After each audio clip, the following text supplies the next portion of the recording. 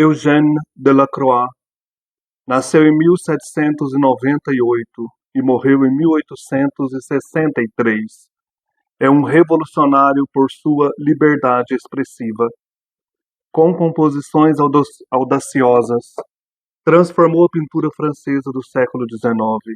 Foi um pintor romântico com tendências barrocas, que se revelam nas formas distorcidas, nos contrastes de luz, na ousadia das cores, na intensidade do movimento.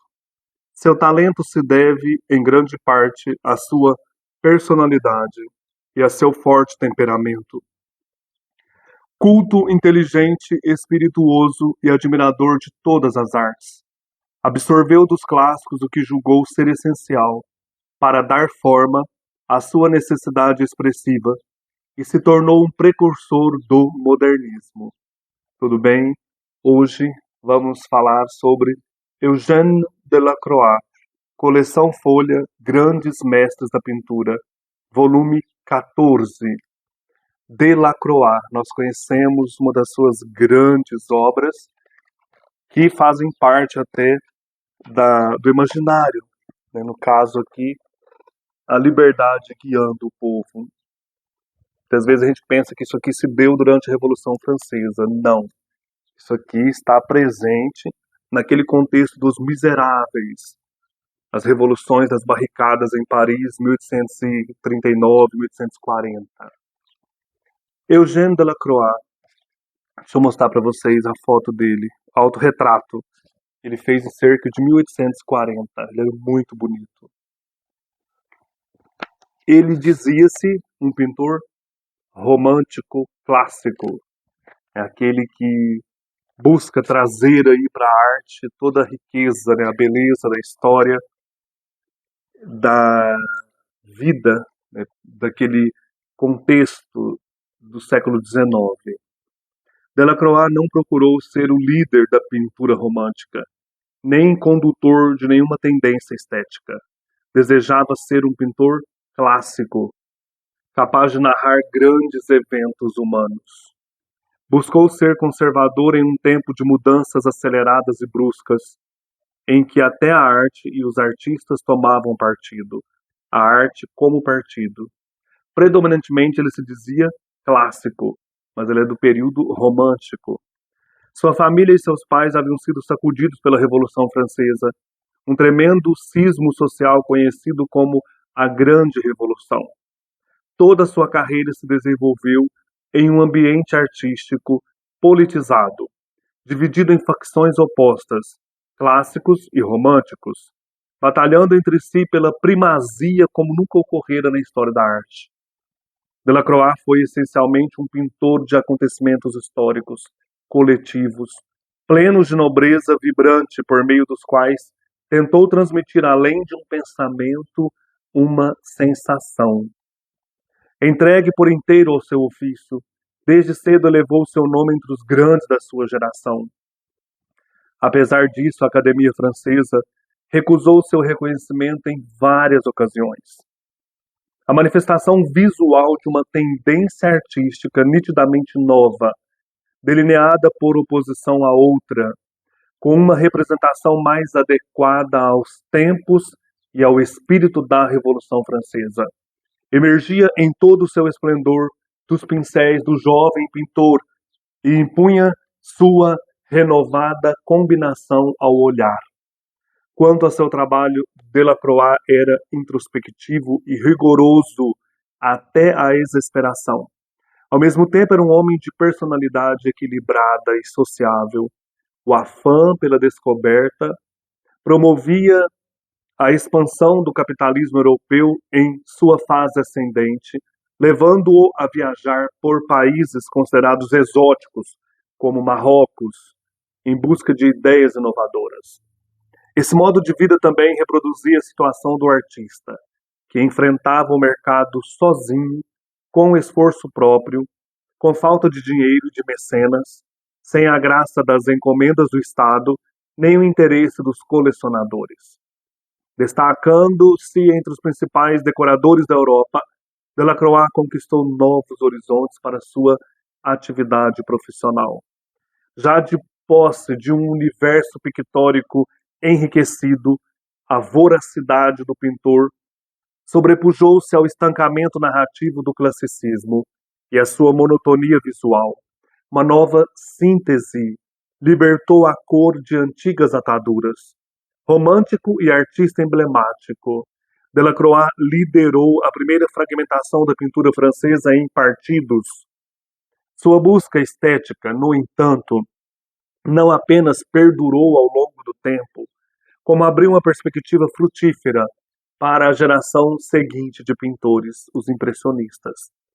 Como Paul Signac observou em De Delacroix ao neoimpressionismo, toda a técnica impressionista, no uso das cores e na vibração do toque, está contida nele. Ele é uma das grandes influências para os neoimpressionistas. Delacroix nasce, então, em 1798. Filho de Charles Delacroix e de Victoire Aubin, Ferdinand Victor Eugène Delacroix nasceu em Charenton-Saint-Maurice, nas proximidades de Paris. Então, o nome completo dele era Ferdinand Victor Eugène Delacroix.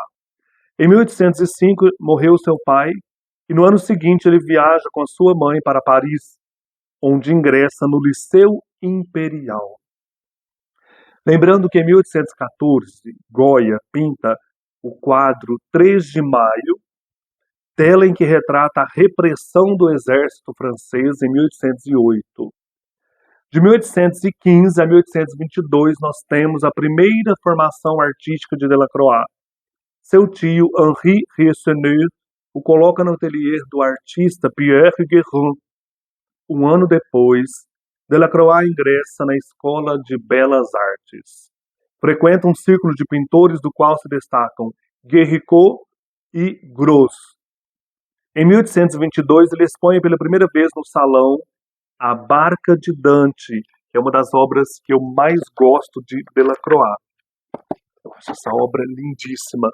Baseada aí na Divina Comédia, Dante e Virgílio estão no sexto círculo para entrar na cidade de Dite, e o barqueiro Flégias conduze-os para esta cidade. E as almas que estão ali no rio Flegetonte tentam revirar a barca. Foi muito interessante essa passagem.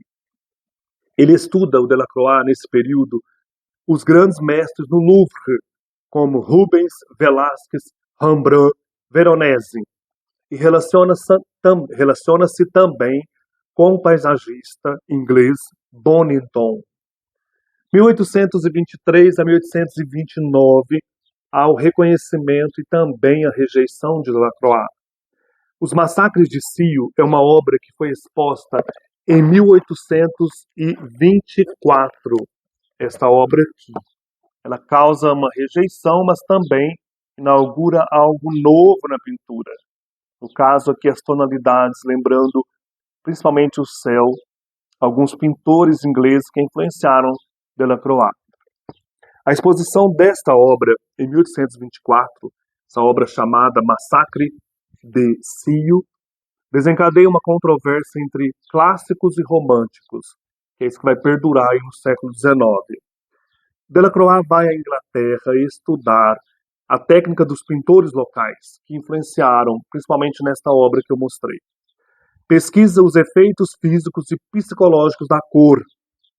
Ao retornar, ele expõe Grécia sobre as ruínas de Missolonghi, que é uma obra também muito interessante, em que ele mostra aqui a Grécia personificada nesta mulher. Nessa época, os gregos estavam lutando contra os turcos. Nós temos essa mão aqui que uns dizem que representa a mão do poeta Lord Byron, que morre nesse contexto. Ele vai participar dessas batalhas na Grécia e morre em Missolonghi. E aqui nós temos sempre uma mulher mais ou menos desnuda, representando a força patriótica do povo grego. Essa obra, então, foi exposta e teve sucesso, e o Delacroix convive com escritores e poetas. Gente, olha quem eram os amigos dele. Stendhal, Victor Hugo, Alexandre Dumas, Mais à frente, George Sand, Chopin, Baudelaire, Maupassant, Flaubert, todos desse contexto, né? Zola. Então aí é um mundo efervescente culturalmente em Paris. 1830 a 1837 acontece a Revolução de Julho. Em 1830, eu falei 1840, estoura a Revolução de Julho em 1830 e Delacroix recebe a Legião de Honra pelo quadro A Liberdade Guiando o Povo, que eu já mostrei também. Esse quadro fala aí da Revolução de 30, quadro importantíssimo, muito conhecido de Delacroix. Eu também amo Delacroix, um dos grandes pintores do século XIX. Né? Em 1832, Delacroix viaja para o norte da África com uma missão diplomática junto com o Conde de Mornay, e reformula sua concepção de luz e cor. E aí nós vamos encontrar a influência desta viagem em muitas obras de Delacroix, como essa aqui, Vista do Tanger, de 1852 a 1853, em que ele vai trazer as cores e os personagens exóticos aí da África. Nessa época também, de 1830, ele vai tornar-se amigo da escritora George Sand e do compositor Frédéric Chopin. E o Delacroix viajava para Nohant, que era propriedade da George Sand, e ali eles falavam de pintura, de música.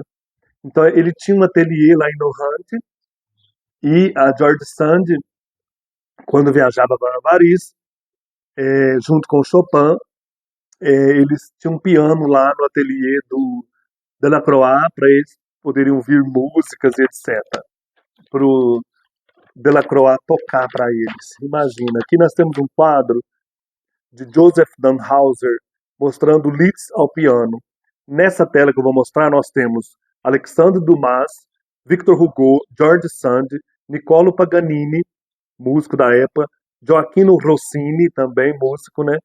A Condessa Marie Dagout, escutando o pianista Franz Liszt, junto a um busto de Beethoven na janela. Gente, olha que coisa linda. Era todo esse contexto romântico de literatura, de arte, de história, de pintura, coisa maravilhosa, né? De 1838 a 1846, nós temos a consagração de Delacroix. E também começam enfermidades. Ele decora as bibliotecas do Palácio de Bourbon e do Palácio de Luxemburgo. Nesses palácios nós temos muitas pinturas de Delacroix. Ele sofre seu primeiro ataque de laringite, doença que o perseguirá por toda a vida. Em julho de 1846, ele é nomeado oficial da Legião de Honra. Abre um ateliê para formar os seus colaboradores. 1847 a 1852, época da Revolução, das barricadas, novamente, e do Segundo Império. Ele recebe sucessivas encomendas de decoração. Então ele é um grande pintor também decorativo. A obra para o Palácio de Luxemburgo somam-se a da Capela de Santa Inês em Saint-Sulpice e da Galeria de Apolo, no Louvre. Aqui nós temos duas telas que ele pintou lá em Saint-Sulpice. E do Salão da Paz no Hotel de Ville de Paris, na Prefeitura de Paris. Trabalharemos até a agonia, ele escreve a sua amiga George Sand. Nós temos em 1848 a revolta dos operários de Paris contra o governo dos banqueiros, né? Essa revolta que se fala aqui é a ascensão de Napoleão III.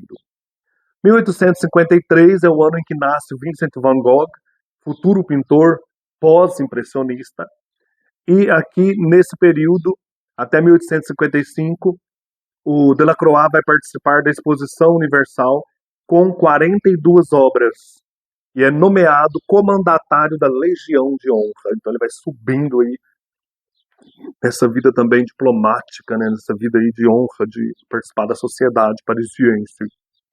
1856 a 1863. Seu sétimo pedido para se tornar membro da Academia Francesa foi aceito E aqui ele decora, mesmo doente, a capela de Saint-Sulpice.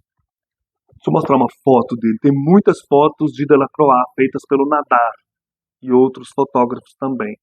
Mas ele não pintou muitos autorretratos, não. Temos dois aqui lindos. Em janeiro de 1863, os franceses bombardeiam Acapulco durante a segunda intervenção francesa no México. Em 1863 também, neste ano, Delacroix morre em casa, no dia 13 de agosto, aos 65 anos. Aqui, ó, eu já mostrei nesse autorretrato. O Adolphe Thiers, que foi muito colaborador de Delacroix, escreveu certa vez no jornal Constitucional: o autor possui, além dessa imaginação poética que o pintor compartilha com o escritor, essa imaginação do desenho, que é muito diferente da anterior. Não acredito estar enganado. O senhor Delacroix recebeu a genialidade. Então ele é um gênio, né, Delacroix. Aqui nós temos uma pequena biografia, mas tem um trecho aqui que eu achei interessante. Olha, entre as diversas influências de Delacroix, podemos enumerar diversos artistas: Rubens, Rafael, Velázquez, Tintoretto, Tiziano, Michelangelo, os paisagistas ingleses, entre outros. O Delacroix, certa vez, viaja para a Inglaterra porque ele quer conhecer a luz, né, da Inglaterra e alguns paisagistas também. Viaja para a Holanda, viaja para o Marrocos. Mas, além das influências plásticas, ele tinha muito interesse pela literatura. E aqui nós temos vários trechos dos diários que ele escrevia. Ele lia muito os poetas e escritores românticos, lia e escrevia também. Então esse diário é muito importante. Temos vários trechos aqui. E ele também gosta da literatura clássica dos séculos 17 e 18, como o romantismo de Lord Byron. Lord Byron morre em 1820 e poucos, por aí, né? A leitura de Dante e Shakespeare, que inspiraram muitos dos seus contemporâneos, também dos quadros de Delacroix. O teatro e a música também foram determinantes em sua produção. Delacroix chegou a estudar música enquanto estava no liceu. Cultivava todas as artes e buscava uma correspondência entre elas. Achei isso muito legal. Uma frase dele: o medo de ser interrompido quando estou sozinho em casa decorre normalmente pelo fato de estar ocupado em minha tarefa, que é a pintura. Não tenho nenhum outro que seja importante. Esse amor pela pintura. Esse escritor Guerricou, ele vai ser importante. Ele é amigo do Delacroix e ele pinta, gente, aqui tem só um pedaço, essa jangada, que foi um episódio, não sei se eu já falei disso aqui, né? Aqui é só um trecho, está nesse primeiro volume dos Miseráveis do Victor Hugo. Foi um quadro importante para a questão do romantismo. Vocês podem pesquisar aí, é o quadro A Medusa. A Medusa era uma fragata, uma jangada, encalhada no Banco de Arguim em julho de 1816. Essa jangada tinha a bordo 400 marinheiros e soldados. Como os botes eram insuficientes para transportar todos os passageiros, construiu-se uma jangada onde 152 pessoas tomaram lugar. O cabo que a ligava aos botes partiu-se e a jangada ficou à deriva, dando lugar a cenas mais horripilantes. Quando os náufragos foram recolhidos, eram apenas 15. Então é esse quadro aqui do Guerricou. Esse quadro vai influenciar muito o Delacroix. Ele é maior, aqui é só um detalhe, mas vocês podem buscar aí na internet. Porque o Delacroix vai ter várias pinturas, por exemplo, Cristo no Lago de Genezaré, que é uma referência clara a este quadro do Guerricou, que era um gênio para Delacroix. Aqui nós temos Jesus dormindo enquanto acontece uma tempestade aí no Mar da Galileia. Então, são influências constantes na obra do Delacroix. O poeta Baudelaire também vai comentar muito, ele era um crítico de arte, vai comentar muito a obra de Delacroix. Ele dizia: as obras de Delacroix são poemas. Bonito, né? Aqui o túmulo de Delacroix, no Père Lachaise, onde nós temos outras personagens importantes da literatura, da arte. E essa mulher aqui, ela foi uma governanta que ficou até o fim com Delacroix. Era uma grande amiga dele. Ele deixou um autorretrato lindo para ela, que depois foi doado para o Louvre. Nós temos em Delacroix o domínio da liberdade. Ele dizia: comecei a realizar obras aceitáveis, apenas quando me esqueci dos detalhes. Somente assim me vinha à mente o aspecto poético e atraente das imagens. Aqui um quadro em que ele resgata a importância dos animais. É uma briga de cavalos, é um quadro de 1860, que mostra uma inspiração na sua viagem que ele fez para o Marrocos, em Tanger, na África. O Delacroix, ele, poucos dias antes de morrer, escreveu no seu diário: o primeiro mérito de um quadro é apresentar-se como uma festa para os olhos. Ele queria isso, né? Isso não significa que não se deva dar lugar à razão, ele continua a escrever. Aqui nós temos talvez um balanço de uma vida inteira e de uma obra pictórica intensa, dedicada, então, a descobertas, premonições, especialmente quanto ao tratamento da luz, a valentia do uso das cores, a antecipação de soluções cromáticas, que anos depois o grupo dos pintores chamados impressionistas desenvolveria como uma novidade objetiva. Então nós temos aqui o Delacroix junto ao prazer da pintura, trazendo também a sabedoria da razão no uso do tratamento da luz. Luz que Delacroix estudou em suas viagens, especialmente durante sua estadia no Marrocos e na Argélia.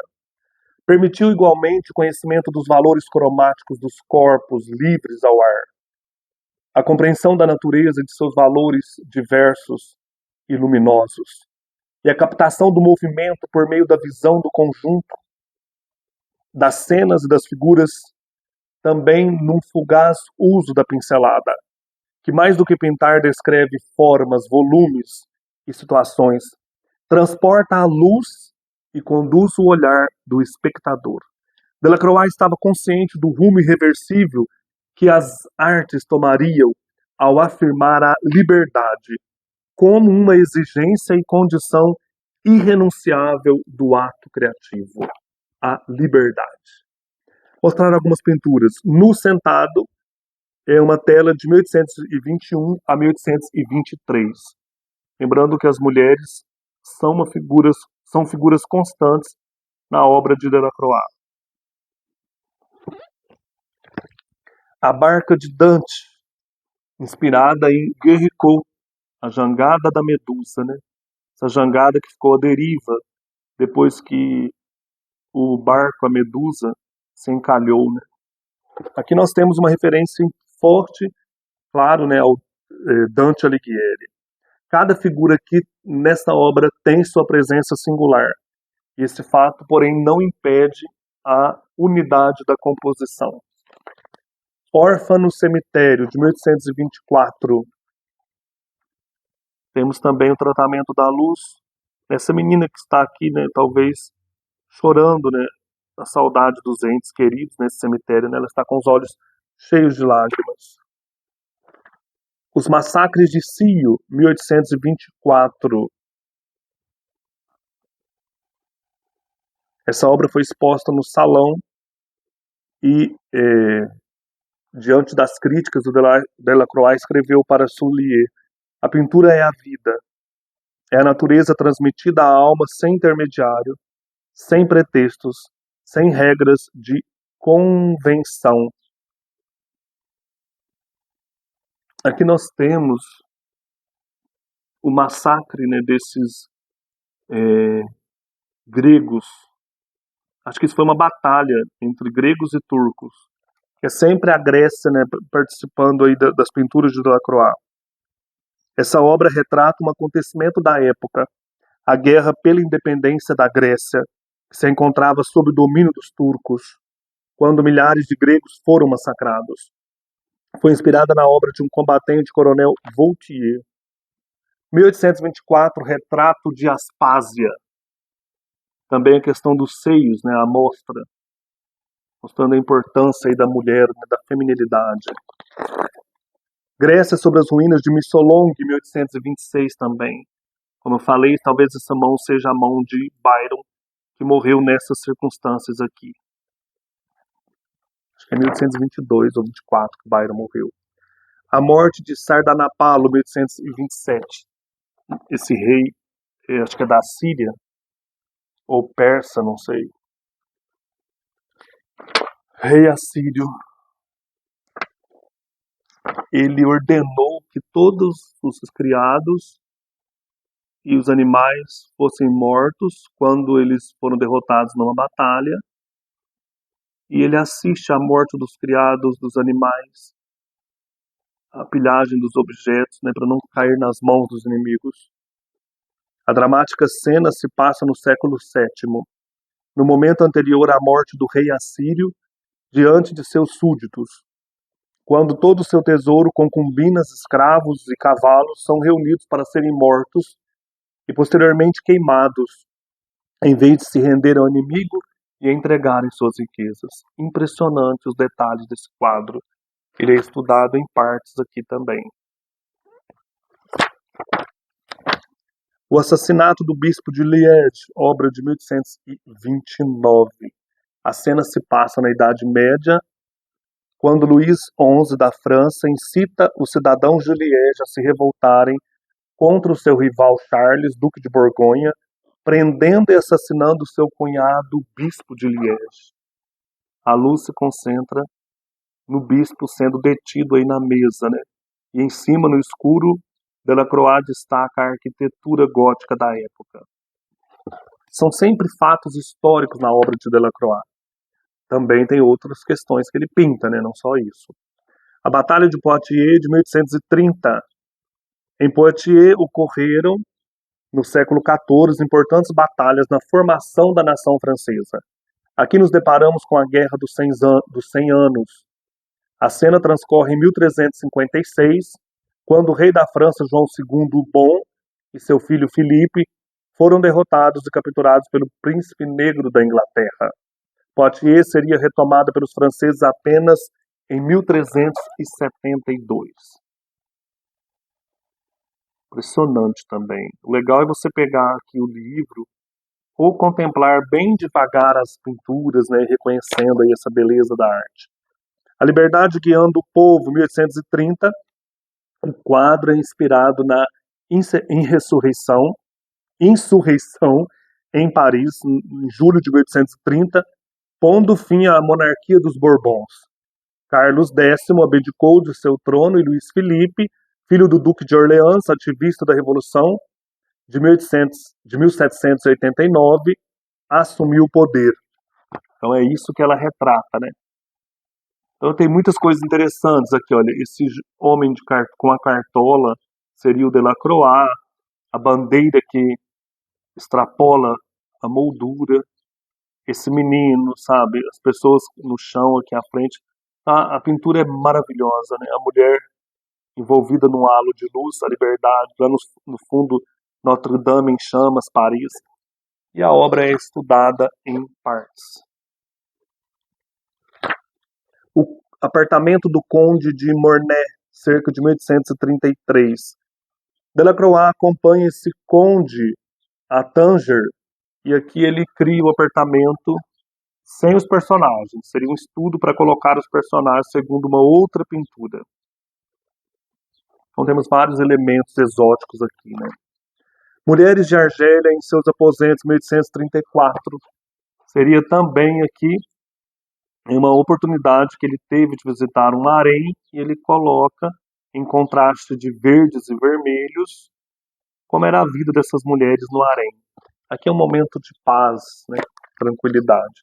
A obra também é estudada em partes. A Batalha de Thalebourg, 1837, cerca de 1837.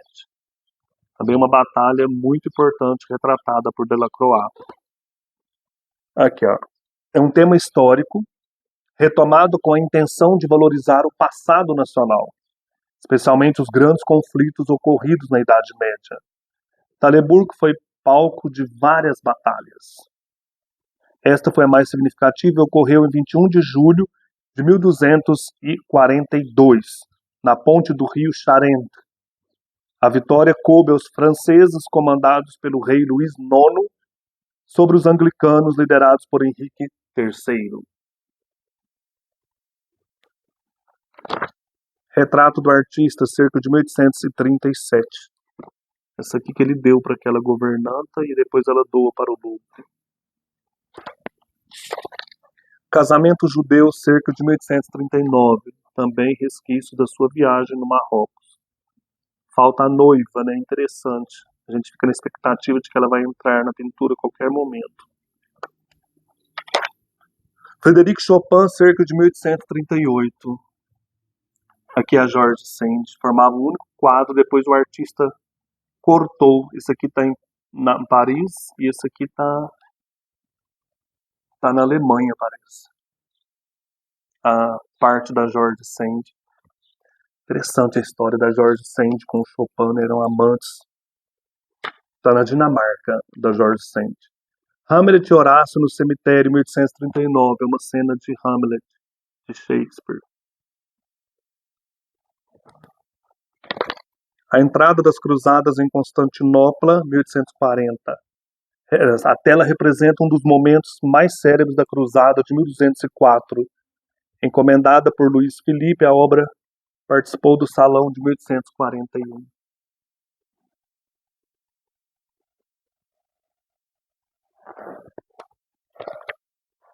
Moulay Abrahman, sultão do Marrocos, 1845.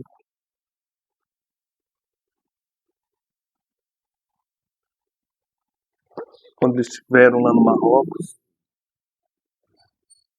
Peraí que eu tô gravando um negócio aqui. Ele visitou o sultão lá no Marrocos. Então a obra retrata isso. Vaso de flores no Console, 1849-1850. Essa obra também vai influenciar os impressionistas. Muito bonito, né? Então, quer dizer, ele pintava outras coisas também. Cristo no Lago de Genesaré, 1854. Que eu falei que tem a influência do Guerrico.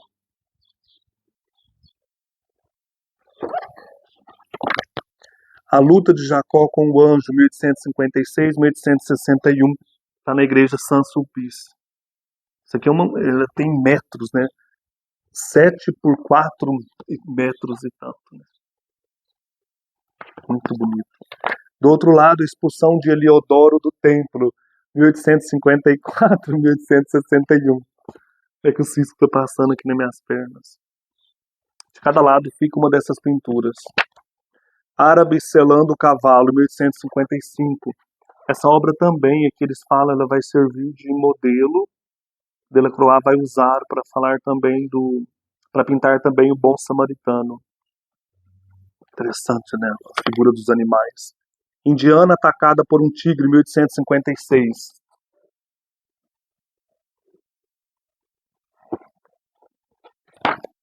Rápido de Rebeca, 1858.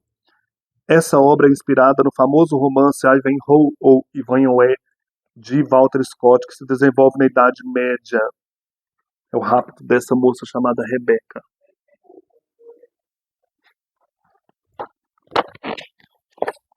A Caça aos Leões, 1858.